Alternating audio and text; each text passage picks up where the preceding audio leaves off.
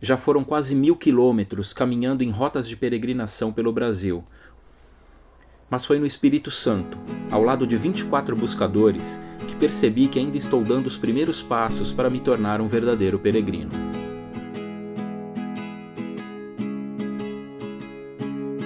Vamos refazer um caminho feito há 30 anos pelo Daijo, monge do mosteiro Zen Morro da Vargem, que em sua peregrinação conseguiu unir em oração católicos e budistas, dando origem ao caminho da sabedoria. Livre, eu vou seguindo meu caminho. Livre, ninguém pode me segurar. Livre, livre estou, mas não sozinho. Livre estou e protegido. Meu mestre sempre a me guiar. Serão aproximadamente 90 quilômetros caminhando entre os singelos povoados de Ibiraçu, compartilhando experiências, conhecendo pessoas incríveis e registrando em vídeo tudo o que vi no caminho.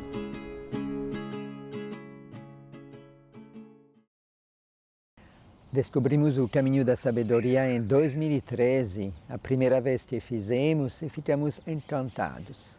Encantados por muitos e muitos motivos. Um dos motivos primeiro é a beleza da natureza nesse município de Ibiraçu, com ladeiras, subidas, cachoeiras. O segundo motivo é a beleza do povo. O povo que acolhe os peregrinos ao longo do caminho da sabedoria vem de sua longa história, tanto de migração italiana quanto de quilombola, e cada um traz a riqueza da sua fé, na sua própria expressão muito diversa por todas as capelas por onde o caminho da sabedoria passa. E o terceiro motivo de encanto deste caminho da sabedoria é a sua própria intuição. Deseja ser este espaço de diálogo entre budismo e cristianismo. Nasceu a proposta a partir do monge Daijo, há exatamente 30 anos atrás, do mosteiro Zen budista, de poder peregrinar, como se peregrina lá no Japão, na famosa peregrinação dos 8 templos, e de poder visitar nessa peregrinação todas as capelas de fé erguidas pelo povo no município de Ibiraçu. Aí esse caminho da sabedoria se torna um mergulho na sabedoria milenar da humanidade, simplesmente. Ao passar pelo mosteiro Zen budista, mergulha no budismo. Ao passar pelas capelas erguidas pelos imigrantes italianos com suas devoções, se mergulha no passado do cristianismo e de sua fé. Ao passar pela comunidade quilombola, mergulha na história do povo que atravessou a escravidão. Cada um traz sua experiência de fé, e o peregrino, ao peregrinar, acolhe, recebe, se enriquece com essa sabedoria milenar de tantas e tantas tradições. Chegar no mosteiro Zen Morro da Vargem e me deparar com aquele lugar lindo me fez esquecer instantaneamente as mais de 19 horas de viagem até Ibiraçu, no Espírito Santo.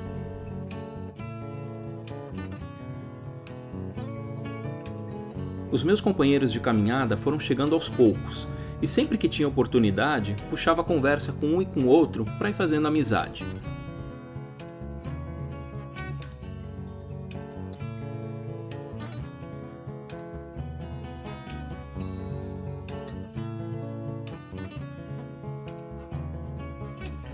Foram 2 dias de imersão no budismo Zen, onde aprendemos algumas práticas cujo objetivo era alcançar o vazio, através da não ação.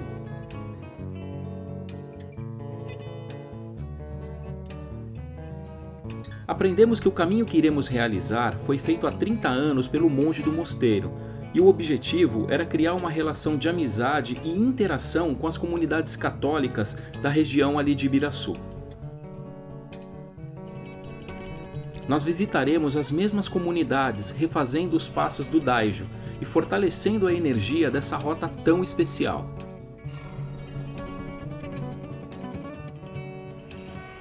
Algumas atividades em grupo facilitaram bastante a interação entre nós, e quando nos recolhemos para a segunda noite, já conhecia quase todos os peregrinos.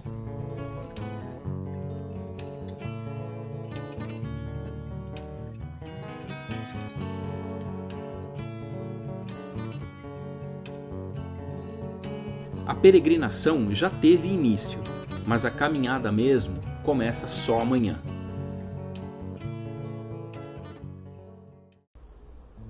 Antes de dar início ao relato da caminhada, vou apresentar rapidamente os meus companheiros nessa jornada. Da Bahia vieram o irmão Henrique, Carla, Tiago, André e o casal Andréia e Júnior comemorando aniversário de casamento. Do Distrito Federal, a ordenada Keido. De São Paulo, a Beatriz. Tinha também as catarinenses Terezinha, Salete e o ordenado Shindo. Do Espírito Santo estavam Aline, Ana, Martos e a ordenada Eixin. Do Rio de Janeiro, Paulo e a ordenada Eijun. Também tinham as mineiras Ana Luísa, Gildete e Simone. E da Paraíba, a Cássia. E também fazem parte desse grupo 3 almas iluminadas que não caminharam conosco, mas ficaram todos esses dias isolados em um eremitério, apenas orando e fazendo pensamentos positivos durante a nossa caminhada. São eles, o irmão Joãozinho, a irmã Jaqueline e a ordenada do mosteiro Taishin. Apresentações feitas, finalmente vamos começar a caminhar. Últimos preparos, últimos ajustes, uma prece com o Daijo, e então todos os sinos do mosteiro começam a tocar ao mesmo tempo para dar início à nossa partida.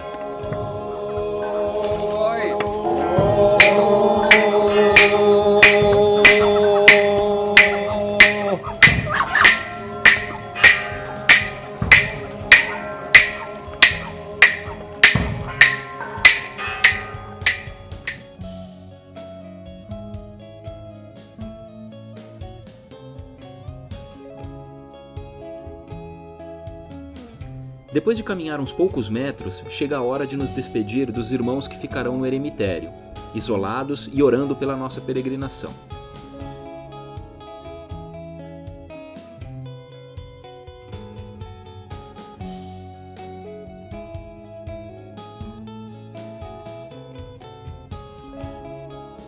A parada para o nosso lanche foi na entrada do mosteiro. A religião que estudamos hoje foi o hinduísmo, e falamos da história de um rapaz chamado Tulkan. Ele era de casta pobre e se tornou peregrino compondo músicas que são cantadas em toda a Índia. Por ser pobre, ele chegou a ser proibido de escrever e ensinar, mas um milagre de Vishnu fez com que ele seguisse o seu caminho peregrino. Essa é uma história muito bacana que vale a pena ser conhecida com mais detalhes. Queria aproveitar agora para agradecer a Mari ter lembrado de mim, mesmo sem me conhecer, e ter me oferecido a possibilidade de estar participando dessa peregrinação. Então, Mari, para você, minha gratidão, um beijão, espero que você melhore logo e que em breve você também possa estar vivendo essas sensações aqui. Um verso de Tolkien ficou em minha mente. Ele diz mais ou menos assim: agora, tua alegria me penetra, me envolve, diz Tulkan, o peregrino. Sou como uma criança que brinca numa festa. É exatamente isso. Minha alma está em festa. Chega o momento da difícil separação dos grupos. Eu fiquei no grupo do irmão Henrique e seguiremos em direção a Piabas. O outro grupo fará o caminho contrário e voltaremos a nos encontrar daqui a alguns poucos dias. Vou me conectando com o caminho e a paisagem começa a me encantar. Aquele estado de paz começa a crescer dentro de mim. Começo também a me aproximar um pouco mais dos meus 11 companheiros.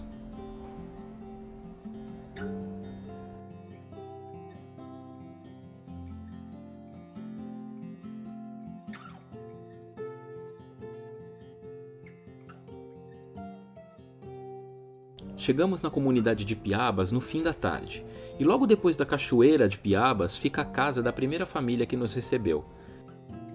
Silvano e Sandra nos ofereceram um jantar delicioso. Seu filho Sávio foi ótima companhia e pudemos descansar o corpo cansado do primeiro dia de jornada.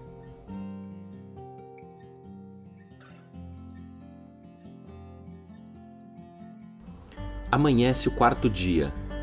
Hora de dar tchau para essa família maravilhosa que nos recebeu e seguir em frente. Hoje foi dia de testar as pernas. E embora o trajeto tenha sido de apenas 15 quilômetros, foi muito cansativo.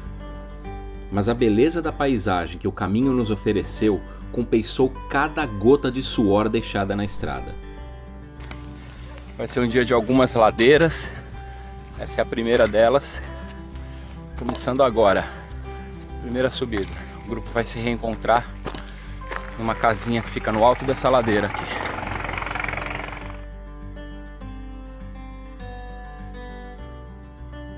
A religião que conversamos hoje foi o judaísmo. E falar sobre o povo judeu é falar de peregrinação.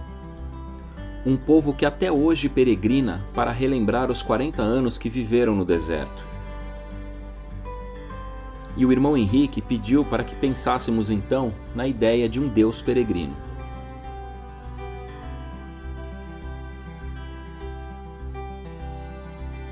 São apenas palavras, porque não existem palavras para expressar o que Deus é na verdade. Não há palavras humanas capazes de defini-lo. Mas quando ele resolveu, por algum motivo que nós não vamos nunca entender, se manifestar, e assim o mundo físico passou a existir, a matéria passou a existir,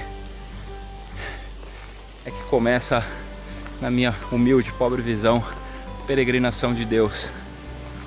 Quando ele resolve se manifestar fisicamente, aquela explosão cósmica que alguns chamam de Big Bang, aquele caos que vira de partículas e moléculas em movimento, e ali começa a peregrinação. Essas partículas, poeira cósmica e tudo aquilo que fez parte dessa primeira manifestação física da divindade vai se tornando aos poucos um universo que é hoje. E nós somos apenas um micro desse macrocosmo, peregrinando também, como todo o universo está peregrinando. Acredito eu que para voltar a se tornar essa unidade que nunca deixou de ser, que continua lá. Somos todos manifestações desse divino. E mais uma vez, na minha humilde e pobre visão, acredito que essa chama existe em cada um de nós, naquilo que a gente chama de coração.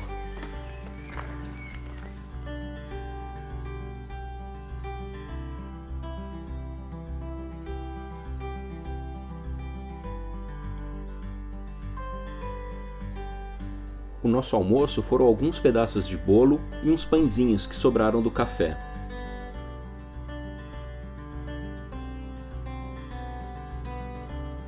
O destino de hoje é uma comunidade quilombola chamada São Pedro.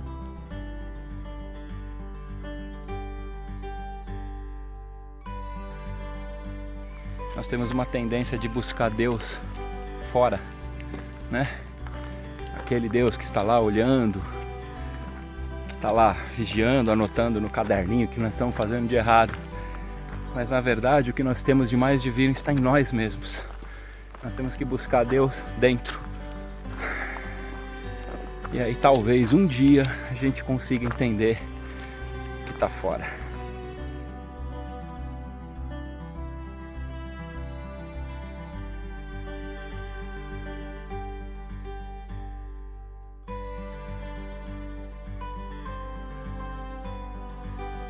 O caminho continuou com subidas duras, mas absolutamente lindo.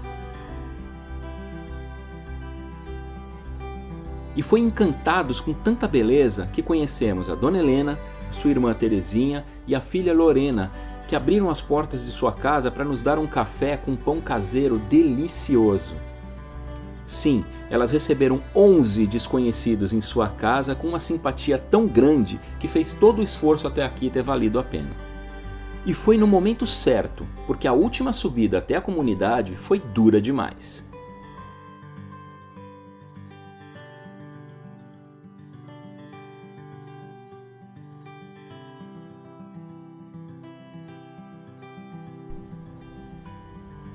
A nossa chegada na comunidade quilombola foi uma festa de sorrisos. Que acolhimento! Dona Odete, Marli, Valdirene, como esquecer pessoas tão especiais?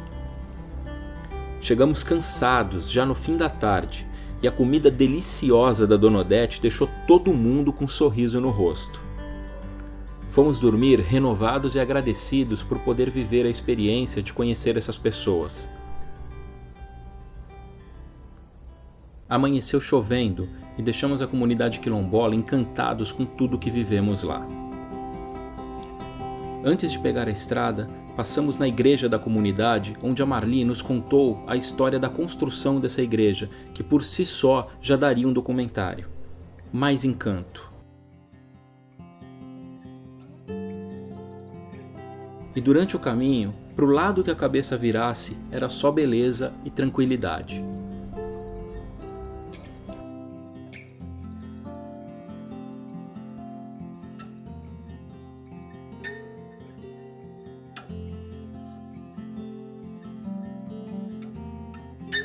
Então chega o momento do encontro com outro grupo.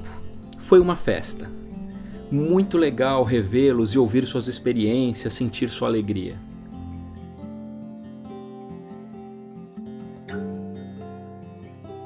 Mas foi rápido e eles seguiram em direção ao Quilombo e nós em direção à comunidade de São Benedito. Fizemos um longo trecho em silêncio, contemplando e agradecendo a experiência que estávamos vivendo.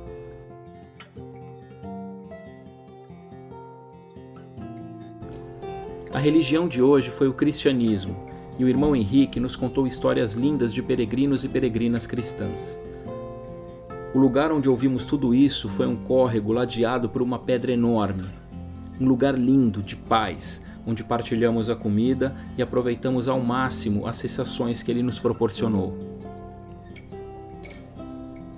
A chuva ia e vinha, e na chegada a São Benedito fomos recebidos pela família da Dona Assunta e sua filha Sueli. Teve bolinho de arroz com queijo e mandioquinha frita que nos encheram de energia e de alegria. Embora eu sempre caminhe para não chegar, é sempre especial o momento em que conhecemos uma nova família. O vale que essas casas estão é de paralisar. Vastidão, beleza. Infelizmente, faltou energia no fim do dia e acabamos dormindo bem cedo, afinal, amanhã tem mais.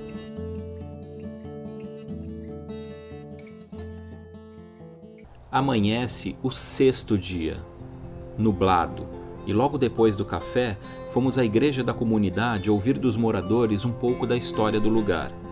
Esse é sempre um momento muito especial.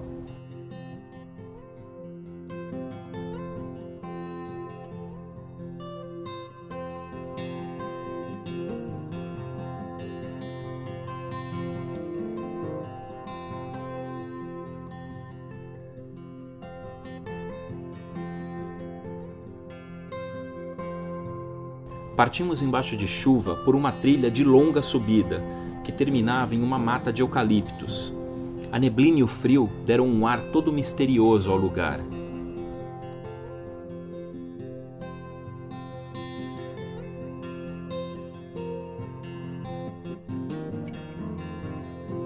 Fizemos uma parada em um lago no meio da mata, onde o irmão Henrique nos brindou com palavras sobre como o lago calmo recebe o calor do sol e o reflete para o céu. Esse lago calmo simboliza a nossa alma calma. Se jogarmos uma pedra, as águas se revoltam por um tempo, mas vão voltando ao normal e lentamente o lago volta a refletir o céu e absorve a pedra. Note que o lago não devolve a pedra, ele absorve a pedra.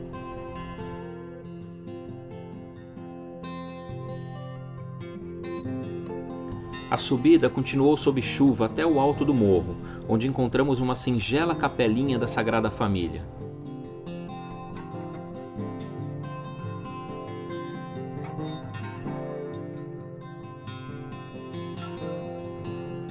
E foi ali que almoçamos e ouvimos o irmão Henrique nos falar do Islã e sua peregrinação a Meca, sobre tocar em uma pedra que representa que o muçulmano pertence à humanidade inteira.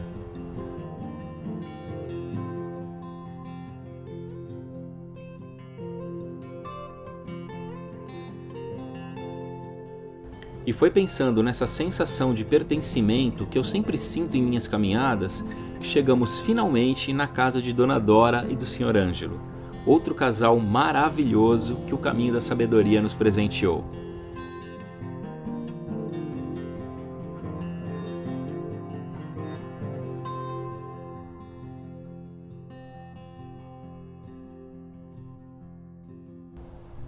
À noite, comemoramos o aniversário da Carla. Foi um momento muito legal e pudemos conversar sobre nossos sentimentos durante a caminhada. Um lindo momento em grupo.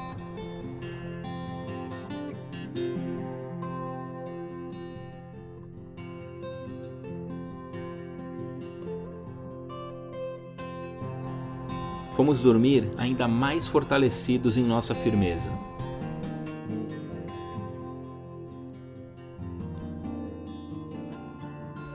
A despedida na casa de Dona Dora foi calorosa em todos os sentidos.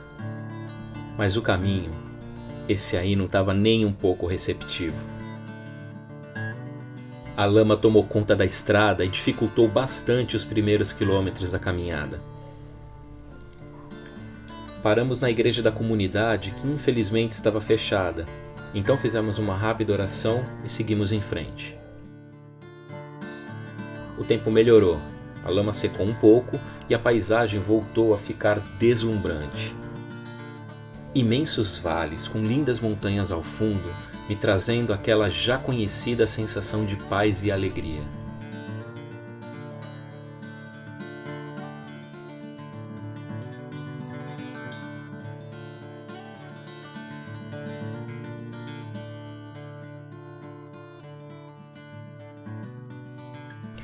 E embalados nessa sensação de alegria, saímos do caminho e descemos uma pequena trilha que leva a um lago com uma pequena cachoeira. Subindo um pouco, um outro lago represado com uma cachoeira um pouco maior. Nós brincamos como crianças ali. Almoçamos perto das águas e o irmão Henrique nos contou as histórias de alguns peregrinos brasileiros. Todas histórias lindas, mas a que me chamou mais atenção foi a de Antônio Conselheiro. Sim, aquele da Guerra de Canudos, mas nós só conhecemos a história a partir daí.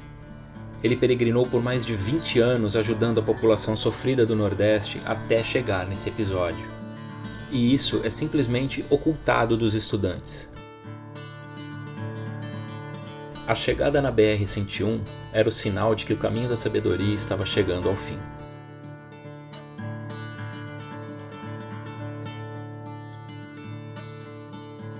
No antigo seminário, reencontramos os eremitas que nos receberam calorosamente. Quanta gratidão senti por cada um deles. De noite nos reunimos para partilhar os nossos sentimentos. Risos, lágrimas, a emoção tomou conta de cada um de nós.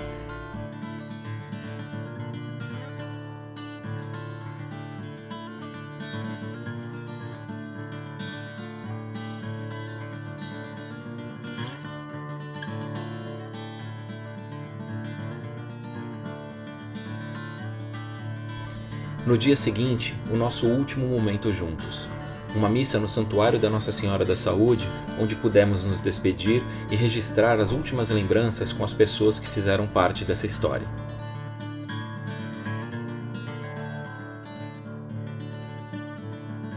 Vou finalizar esse episódio com algumas palavras que tive a honra de ouvir do irmão Henrique. Diferente dos outros episódios, esse quase não faço menção às quilometragens. Valorizei somente a experiência interior, pois o caminho exterior é somente o sinal visível do caminho interior que percorremos. O peregrinar interior não se verbaliza nem se intelectualiza.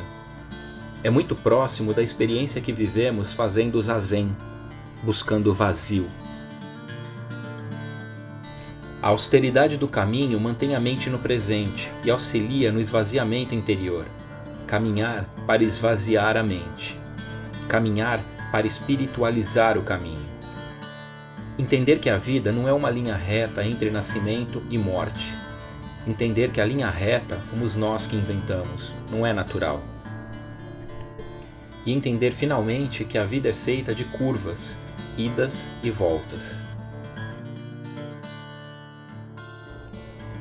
O peregrino tem sede de sair.